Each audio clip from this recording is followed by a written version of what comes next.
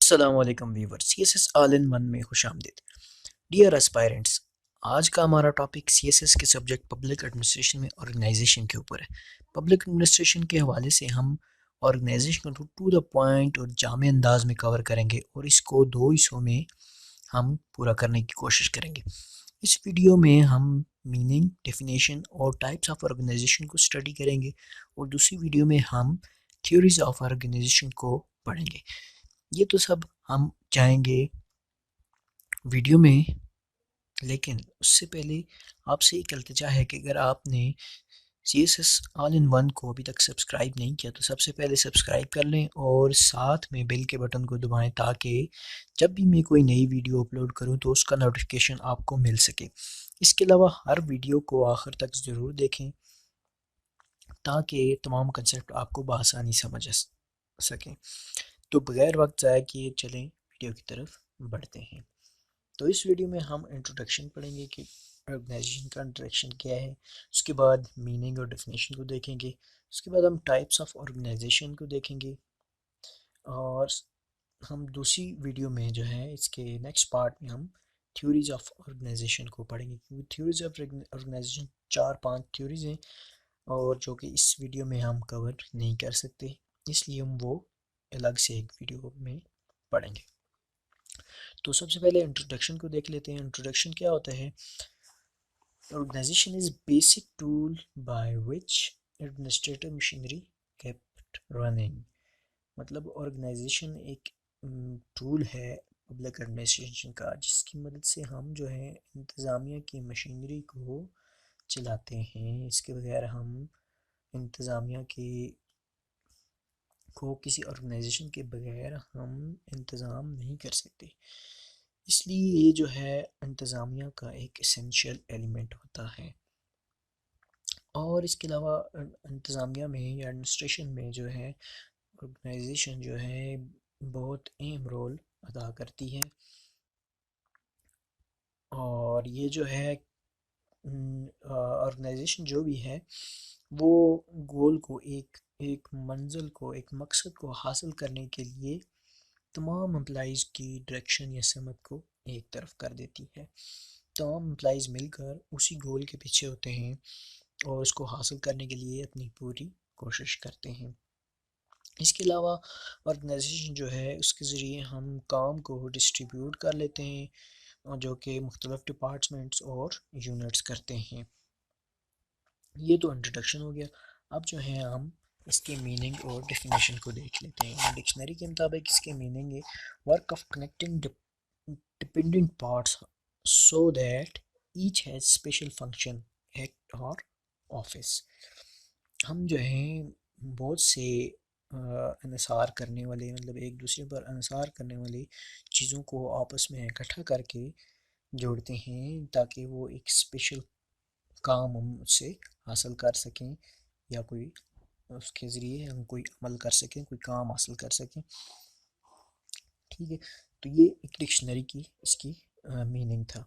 तो मुख्तलिफ स्कॉलर्स के बारे में क्या कहते हैं? जेम्स डी मूनी कहते हैं organisation is form of every human association for attainment of common purpose. तो इस डेफिनेशन से भी हमें यही पता चलता है कि हमारा एक मकसद, एक मुश्तरका मकसद या गोल होती है जिसके ज़रिए हम जो हैं बहुत से लोग आपस में मिलकर उसको हासिल करने की कोशिश करते हैं। उसके बाद मिलवर्ड कहते हैं organisation structure is a pattern of interrelated post connected by time of delegated authority. इसमें एक वही बात है, सिर्फ इसमें एक नई बात उन्होंने की है कि डेलीगेटेड अथॉरिटी होती है। डेलीगेटेड अथॉरिटी से क्या मुराद है कि हर एक शख्स को, हर एक बंदे को जो है एक अथॉरिटी प्रोवाइड की जाती है और वो आपस में जो है एक दूसरे से कनेक्टेड होते हैं और इसका स्ट्रक्चर इस तरह का बनता है। उसके बाद लुथर गलेग कहते हैं ऑर्गेनाइजेशन ए फॉर्मल स्ट्रक्चर है। नई बात उन्होंने की है कि फॉर्मल स्ट्रक्चर होता है उसमें किस चीज़ का? अथॉरिटी का। ठीक है, अथॉरिटी क्या होती है? जो काम दिया जाता है या मतलब जो काम हम करने के लिए एम्प्लॉइज़ को दिया जाता है, उन उसको उसके साथ पावर भी दी जाती है कि वो दूसरे ऑर्डिनेट से सब ऑर्डिनेट से उस काम को निकलवा सकें। ठीक है, तो उसको एक पावर भी प्रोवाइड की जाती है काम की, उसको अथॉरिटी कहते हैं। इस अथॉरिटी के ज़रिए जो है काम को सब डिवीज़न में तकसीम किया जाता है ताकि एक ऑब्जेक्टिव को डिफाइन किया जा सके, एक मकसद को हासिल किया जा सके। ठीक है, तमाम जितने भी स्कॉलर्स थे उनकी डिफिनेशन के सिर्फ जो है वर्ड्स चेंज हैं, बाकी उनका मुद्दा, उनका ओरिजिन, उनका मबदा सब सेम ही है कि अटेनमेंट ऑफ कॉमन पर्पस। अब हम देख लेते हैं कि ऑर्गेनाइजेशन की कितनी टाइप्स होती हैं। ऑर्गेनाइजेशन की दो किस्में होती हैं।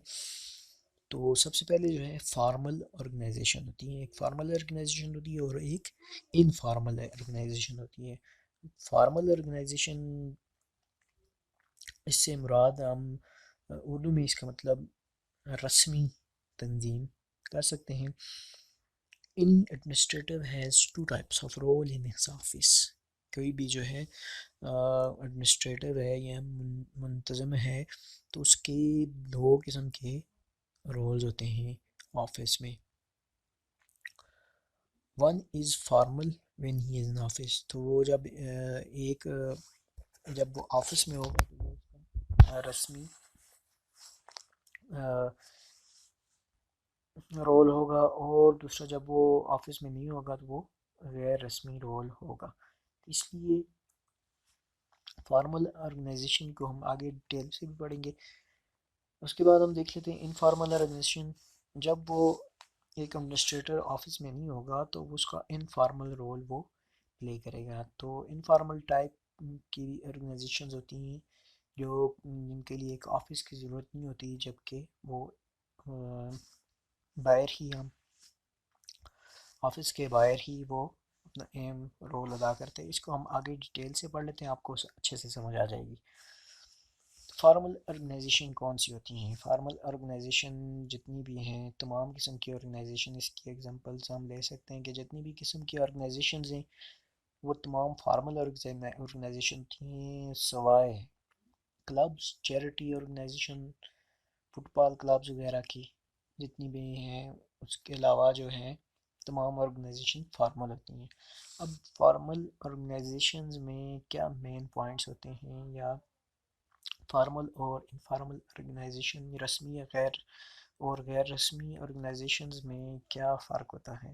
तो इसके मेन की पॉइंट्स ये हैं फार्मल ऑर्गेनाइजेशन के कि it refers to material and methods of organisation.